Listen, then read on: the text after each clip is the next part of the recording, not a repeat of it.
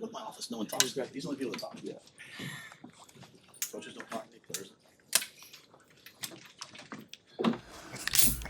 Coach Rhule, Coach McGuire will be in. We'll have a couple players. Oh, Coach McGuire. Coach, did you rest a lot of the veteran guys not play for you in the scrimmage last on Saturday? Just the guys who've been kind of on that pitch count. So, we did about an hour's worth of practice first. So we did Indy, 7-on-7, 9-on-7, 1-on-1 pass rush. We did spring league 2 minutes. So all those guys got all that work. But then we held out Ty and Nash, who we've been holding out of all the live stuff. Tommy and Giff, Keese. On offense, I held out Ben Hart, Ben Scott, and Jamal Banks. Fidone got a little work. So the guys who have a ton of reps or something like that, to me, once you hit 1,000 reps, it's kind of like, let the young guys play. So, but for the most part, we had, everyone else I thought really competed. We came out of it pretty healthy, which was great. And for us, it's like a blood test. You send your blood off, they tell you how you're doing, and for us as coaches to see what we're doing well, for the players to see what they did well. A lot of good things came out of the scrimmage, but we did hold a couple guys. You think you'll have a similar plan for this Saturday's scrimmage and also next week as far as holding the veteran guys out, or what's your thought there? Yeah, I'm not going to scrimmage those 5 or 6 guys, 7 guys. At any point, it's kind of how I've always done in my career. I learned it from Coach Paterno. Once you were like a 5th-year senior, just kind of, if you had been a multi-year starter, you didn't do a ton. We do more here, team-wise, but I can't say specifically in the spring game because we might change that. But as it relates to this Saturday, I would assume we'd hold some of those guys. How do you see those QBs handle that Saturday scrimmage? I thought they were really good. It's a really hard defense to go against. And I thought we protected the ball well, which was the first thing, right? Like, we're on a mission to be in the positive territory on turnover margin. So I think there was only 1 turnover on the day through a lot of reps. I thought they handled all the pressures. I thought they adjusted all the different things. But the biggest thing is, get into the stadium for the first time and I put crowd noise on, so you can't have coaches out there like, no, cut your split. Coaches are the worst, so they want to tell guys what to do. So I put crowd noise on so you couldn't hear from the sideline, and it's just wanted to test the guys and see what they knew, and a lot of things to work on, but a lot of positive things. So I think we've made a lot of strides in a short amount of time. How do you kind of balance that in the spring, where obviously you're emphasizing protecting the ball, but defensively you also are trying to get turnovers and get the ball out too? I mean, how's that kind of push and pull work? Yeah, well, I mean, we just push it on both sides, and then the result of I don't get caught up in the result. To me, it's like I was laughing. What was great about the scrimmage for me on Saturday is normally you stand back there by yourself. I was back there. I made Nash. Nash had a clipboard out there. He was charting things for Terrence. I don't know what he was charting. I had Ty out there. I had Giff, and I was telling Giff, like, the hard thing as the head coach is when you create a turnover, you're fired up for the defense, you're angry at the offense, and vice versa. So rarely are you really happy in a scrimmage. You give up a big play, great job offense. What are we doing on defense? So really, it's just more about the process of it. Like, are we on defense? Are we attacking the ball? Are we punching at the ball? Are we? The quarterbacks weren't live, so that most of your turnovers come from the quarterback position. And then offensively, are we protecting the ball? And the quarterbacks might not turn the ball over because they're not getting hit, but if they have one hand on the ball in the pocket, it's eventually going to be a problem. So I just try to stay very process-oriented and look at the tape. But, we're trying to push it on both ends because, we had 31 turnovers last year. That's obviously way, way, way too many. We only took the ball away 14 times, including on special teams once. So taking the ball away 13 times is not nearly enough. You look at most championship caliber teams, like they're in the 20s. So we're pushing it on both ends. Are you seeing a correlation between the guys who were the top performers during the winter in the Matt Drills and the guys who are having really good springs right now? I think they're independent. I think I don't think anyone had a bad winter. So I'm pretty pleased with everyone. You try to have a great winter just to give you a chance in the spring. And then in the spring, you compete, you try to have a great spring just to give you a chance heading into the summer. Then you try to have a great summer just to give you a chance heading into fall camp. But at the end of the day, the best players will play, right? Now, we can't have anybody out there that won't do the standard, right? Won't do the things that we ask of them. But this team's great about that. They do everything we ask. I mean, I was really pleased with today. I know you guys want to talk about the scrimmage, but the Tuesday after the first scrimmage, half the team has influenza. I mean, when we were growing up, they called it the flu. Now it's influenza. It sounds way scarier. But, half the teams, guys are sick. Guys are out there battling through it. And I came out there today like, okay, I told the coaches, like, hey, let's get after them today. Let's coach hard today. Let's push them today. I was really happy. Like, you don't see me happy very often after practice, right? It's not my job to be happy. But I was really happy today with, like, them bouncing back. I'm seeing a lot of the guys, you come out of that first scrimmage, you look at what you did. Our young people have a tendency to be like, oh, I played good, I played bad. You played how you played. Some things were good, some things were bad. Just build off the good stuff, fix the bad stuff, and I saw a lot of growth today. So I'm pretty pleased right now, to be honest with you. Coach, the transfer portal opened yesterday across college football. I mean, with the 2 weeks of practice kind of going on right in the middle of all that, how do you manage that, and what are maybe any challenges that might present with that 15-day window kind of right in your final 2 weeks of spring? Yeah, I mean, I think if anybody on our team wants to go in the portal, it's open today. That's their right. Obviously no one has yet.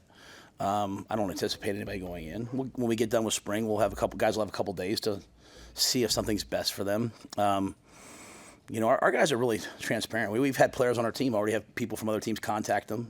Come in, walk in, say, "Coach, look at this. Show us a text message. Show us this." It's a sad state of college football when, But the problem's not the players. Let me start there. The problem's not the players. So, I love our guys. I want everyone to be here. But I also want them, we had guys transferred to other places last year. I've talked to their coaches. I've talked to them, how they doing. And once you played for me, you play for me for life. So, maybe it's a unique challenge in terms of some guys, like, but we're pretty transparent with our guys. Like, if they want to come talk to us, we're here to talk to them. I ask the coaches after scrimmages to meet with guys one-on-one. I'm always available. So I just don't think it's really prudent, and maybe this is Pollyannish, but like, I don't think it's prudent for me to like coach guys thinking about the portal, because the worst thing you can ever do for a young person is not have high standards for them and not push them to greatness. So if you're afraid of pushing them because they might go to the portal, then probably don't have the right guy anyway. I'm sure things will happen, good, bad, but we're just going to coach the guys, try to get the team better, and pour everything we have into our players, both on the field, off the field, and personally. And if something happens, it happens. Ask about him because a couple of veterans have just Vincent Shavers is a guy who they've liked how he's gotten after it. What's kind of jumped out about him as one of those early on?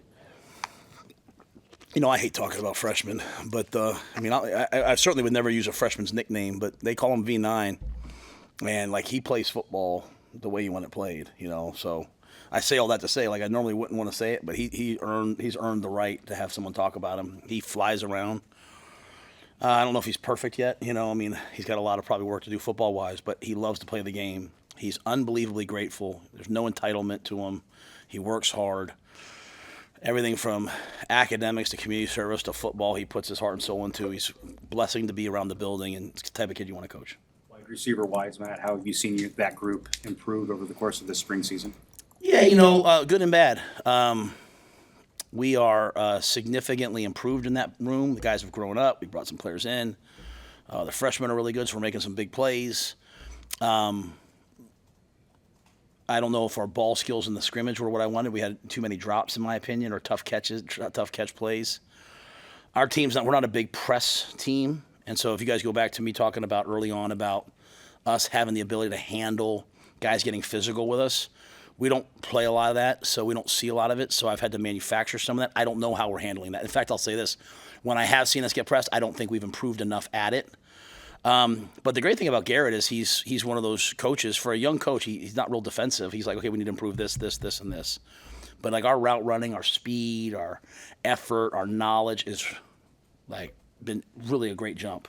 There's just things to improve: ball skills, catching the ball with pressure on, hard catches.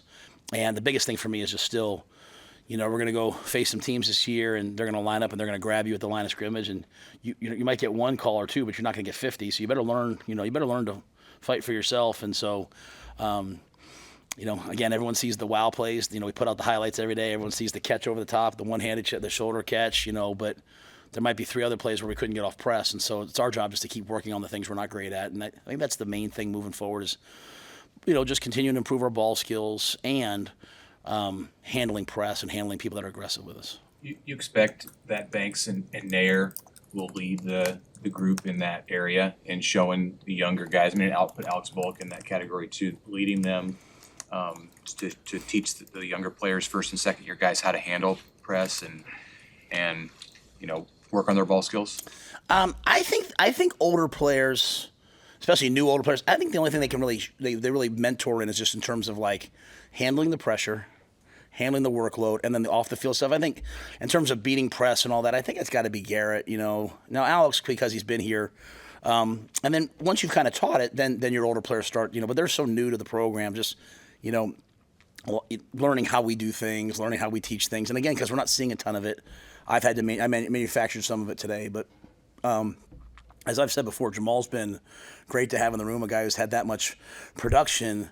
I think the biggest lesson that Jamal shows the guys is I've had a ton of production, yet I come into work every day and, grind. He works his tail off. And so I think that's a really important lesson, that as you have success, you don't arrive. As you have success, you continue to work to have more success. And that's what I see from Jamal. Physicality, how do you balance that in spring between, we want to be physical and we want to get ready for Big Ten football, but also we don't want to bang anyone up and we don't want to compromise, I don't think about it. We practice, we're not going to have a tag off scrimmage, we're not going to, there's a lot of days where we thud, we don't tackle to the ground. Like our tackling to the ground reps are at a minimum, but we're 5-7.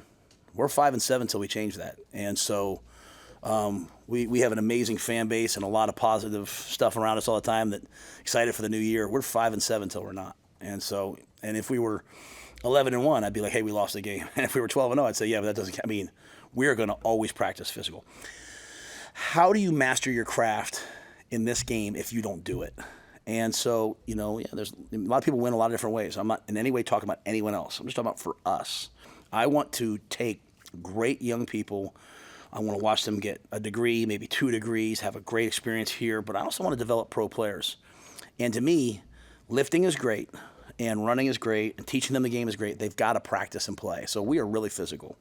We put the Guardian caps on this year, which I'm excited about, but we're going to get guys banged up. Guys are going to get hurt. What I do believe, and I believe this with all my heart, is if guys learn to play full speed, the injuries get reduced. And so we try to do everything we can. We put grass in, everything we can to minimize the injuries, but we have some soft tissue stuff. We have some guys that got hurt from the season, but we've had nothing happen this year other than Leslie, and he'll be back. That would affect the fall. So our job is to make sure we have a good team. We're 5-7. We got to practice.